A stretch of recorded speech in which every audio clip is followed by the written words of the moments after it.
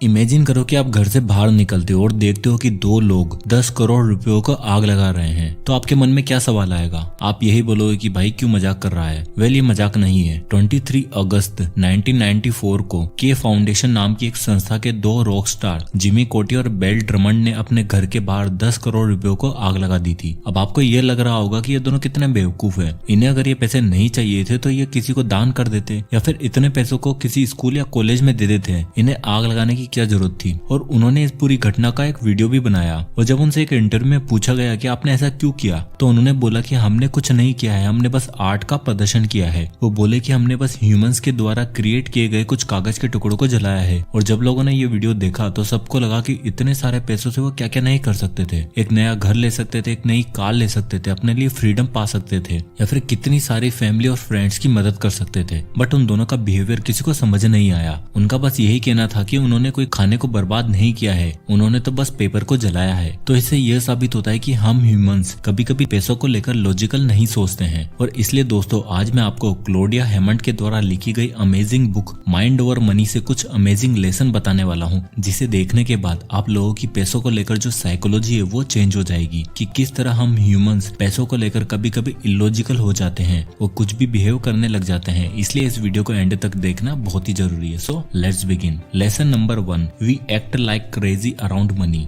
Author बोलते हैं कि पैसे से हमें एक किक मिलती है, वो भी साइकोलॉजिकली। जब भी हमें किसी चीज को करने में प्लेजर मिलता है तो हमारे ब्रेन से डोपामिन नाम का केमिकल रिलीज होता है। उसी तरह एक रिसर्च की गई जिसमें पता चला कि जब भी साइंटिस्ट लोगों को फ्री में पैसे देते थे या फ्री में शॉपिंग वाउचर देते थे तो उनके ब्रेन से वही सेम रेस्पॉन्स मिलता था जो उन्हें एक टेस्टी एप्पल का जूस पीने से मिल रहा था। क्योंकि पैसा भी हमारे ब्रेन में एक रिवॉर्ड की फीलिंग लाता है और हमारा ब्रेन डोपामिन रिलीज करता है, जिससे कि हमें इमीडिएट प्लेजर मिलता है और हम वो फीलिंग बार बार लाना चाहते हैं। और हम लोग इस चक्कर में डिलेड ग्रेटिफिकेशन को भूल जाते हैं। हमें तो बस फिर हर चीज जल्दी से जल्दी चाहिए, हम उसके लिए वेट नहीं करना चाहते हैं। इसलिए ऑथर बोलते हैं कि अगर हम पैसों को सही से यूज करना चाहते हैं तो हमें अपनी फीलिंग पर कंट्रोल रखना आना चाहिए। Lesson number 2, we humans are not logical. अगर आपसे अभी पूछा जाए कि आपके वॉलेट में अभी कितने पैसे हैं, तो आप जितना भी कैश आपके वॉलेट में होगा उसे काउंट करके बता दोगे। बट आप अपने डेबिट कार्ड और क्रेडिट कार्ड में जितने पैसे हैं उसे काउंट नहीं करोगे, क्योंकि हम ह्यूमंस हमारे सामने जितना कैश होता है उसे ही एक्चुअल में पैसे मानते हैं और कैश को और कार्ड्स को हम अलग अलग मानते हैं। अमेरिका में एक रिसर्च की गई जिसमें 1000 घरों की 6 महीनों तक खाने पीने की शॉपिंग को ट्रैक किया गया और यह पाया गया कि जो लोग कैश में पे करते हैं वह लोग अनहेल्थी आइटम जैसे केक और चॉकलेट पर कम खर्चा करते हैं, और जो लोग अपने क्रेडिट और डेबिट कार्ड से पेमेंट करते थे वो लोग इन चीजों पर ज्यादा खर्च करते थे। क्योंकि जब हम कैश में पेमेंट करते हैं तो हमें एक्चुअल में लगता है कि हम पैसे दे रहे हैं और हमें गिल्टी वाली फीलिंग होती है उन चीजों के लिए जिन्हें हम खरीद रहे हैं। जबकि कार्ड से पेमेंट करने पर हमें उन पैसों को खोने की फीलिंग नहीं आती है और हम बिना सोचे समझे चीजों पर खर्चा करना स्टार्ट कर देते हैं। इसी को लेकर 19 अप्रैल 1999 में MIT में एक और स्टडी की गई, जहाँ पर एक बास्केटबॉल मैच के टिकट पर बोली लगाई गई और स्टूडेंट्स को 2 ग्रुप में बांट दिया गया। पहले ग्रुप में वो स्टूडेंट थे जो कैश में बोली लगाने वाले थे, मतलब वो जो बोली लगाते हैं उन्हें वो पैसे कैश में देने पड़ेंगे, इसके लिए वो ATM मशीन में जाकर पैसे निकाल सकते थे। और दूसरे ग्रुप के जो स्टूडेंट थे उन्हें क्रेडिट कार्ड से पैसे देने थे, यानी कि वो अपने पैसे क्रेडिट कार्ड से या ऑनलाइन ट्रांजेक्शन से पैसे दे सकते थे। और इसका रिजल्ट यह आया कि जो लोग कैश से पैसे देने वाले थे उन्हें क्रेडिट से पैसे देने वाले ग्रुप से ऑलमोस्ट आधी बोली लगाई। मतलब कि अगर क्रेडिट से पैसे देने वाले लोगों ने 50 रुपए की बोली लगाई तो कैश में पैसे देने वाले ग्रुप के लोगों ने 25 रुपए की बोली लगाई। और जब कैश वाले ग्रुप से पूछा गया तो उनका जवाब था कि उनकी जेब से पैसे जाते हुए देखना बहुत ही पेनफुल होता है। और इस बुक के ऑथर भी हमें यही सजेस्ट करती हैं कि अगर आपको कोई चीज बाय करनी है तो आप क्रेडिट कार्ड का यूज न करके कैश का इस्तेमाल करो, जिससे कि वह पैसे आपके हाथों के सामने से जाएंगे तो आप बेफालतू की चीजों पर खर्चा करना कम करोगे और आप पैसों को ज्यादा वैल्यू करना लग जाओगे। अब आता है लेसन नंबर 3,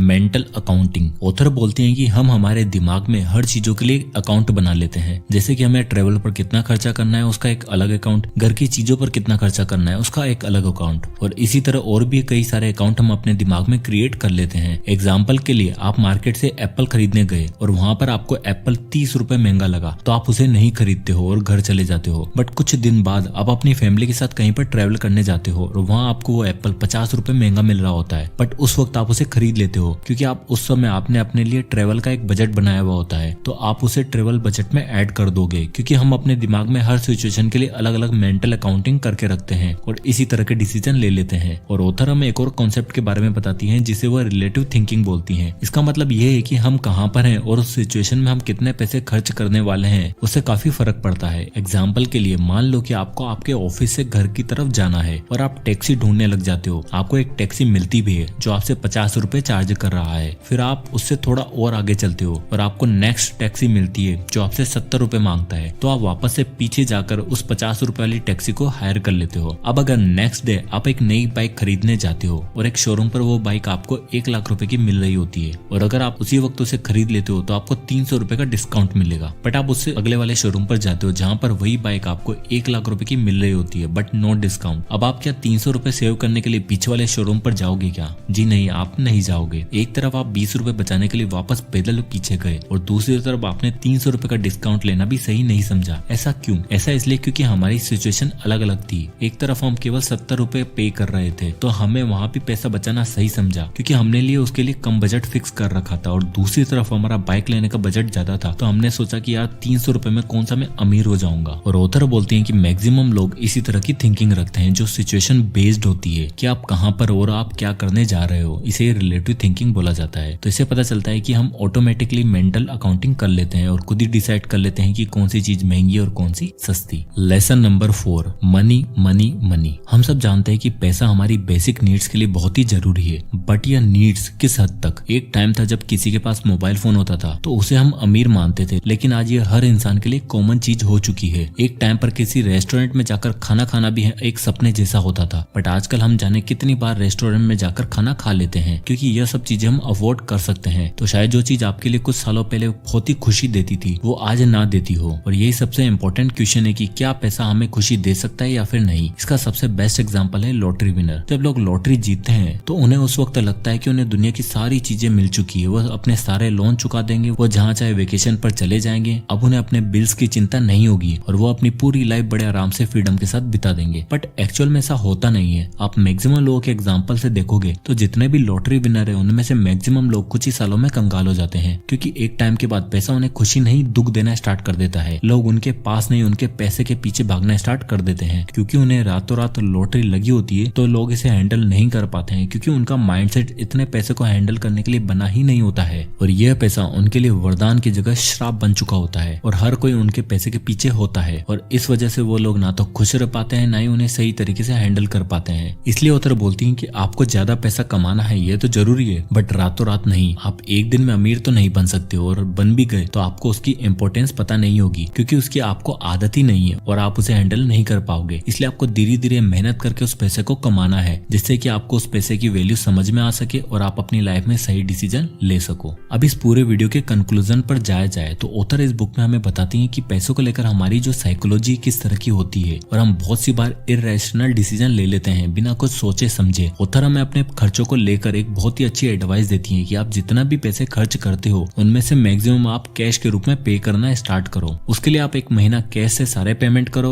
और दूसरे महीने आप सारे पेमेंट अपने क्रेडिट कार्ड से करो। तब आपको समझ आएगा कि कैश में जो आप खर्चा करते हो वो बहुत ही कम होता है क्योंकि जब हम कैश में पैसा खर्च करते हैं तो वो हमारी आंखों के सामने से जाता है और वो बहुत ही ज्यादा पेनफुल होता है, जबकि कार्ड से या ऑनलाइन ट्रांजैक्शन से किया गया पेमेंट हमें दिखाई नहीं देता है और हम बेफालतू बहुत ही ज्यादा खर्चा कर देते हैं। इसलिए जितना हो सके कैश में पेमेंट करने की आदत डालो। एक और कॉन्सेप्ट ऑथर ने इस बुक में बताया है जिसे उन्होंने मेंटल अकाउंटिंग का नाम दिया है। इसका मतलब ये है कि हम लोगों के दिमाग में बहुत सारे अकाउंट होते हैं जैसे कि घर की ग्रोसरी के लिए अलग अकाउंट, हमारे एंटरटेनमेंट के लिए अलग अकाउंट और एक ट्रेवल के लिए एक अलग अकाउंट जिसमें हम अपना बजट सेट करके रखते हैं और उसी के बेस पर हम खर्चा भी करते हैं। जैसे कि 10 रुपए सब्जी में बचाने के लिए हम घंटों घूम लेते हैं बट वही 10 रुपए जब हम अपने दोस्तों के साथ होते हैं तो बिना सोचे समझे खर्च भी कर देते हैं क्योंकि हमने हर सिचुएशन के लिए अलग अलग अपना बजट सेट किया हुआ होता है। और भी इसी तरह की चीजें हम डे टू डे लाइफ में करते रहते हैं जो कि लॉजिकल बिल्कुल भी नहीं होती है। इसलिए हमें अगर पैसा कमाना है और अमीर बनना है और अब बने रहना है तो हमें पैसों को लेकर अपने लाइफ के डिसीजन लॉजिक के बेस पर लेने चाहिए, तभी हम इस मनी के गेम को समझ पाएंगे। सो दोस्तों, आई होप की वीडियो आपको पसंद आया होगा तो इस वीडियो को लाइक करें और ज्यादा से लोगों तक शेयर करें। और अगर आप इसी तरह के वीडियोस चाहते हैं तो हमारे चैनल को सब्सक्राइब करना ना भूलें। और अगर आप किसी भी टॉपिक या बुक पर वीडियो चाहते हैं तो हमें कमेंट बॉक्स में कमेंट करके जरूर बताइएगा, मैं उस पर वीडियो बनाने की पूरी कोशिश करूंगा। तो मिलते हैं नेक्स्ट वीडियो में, तब तक के लिए जय हिंद।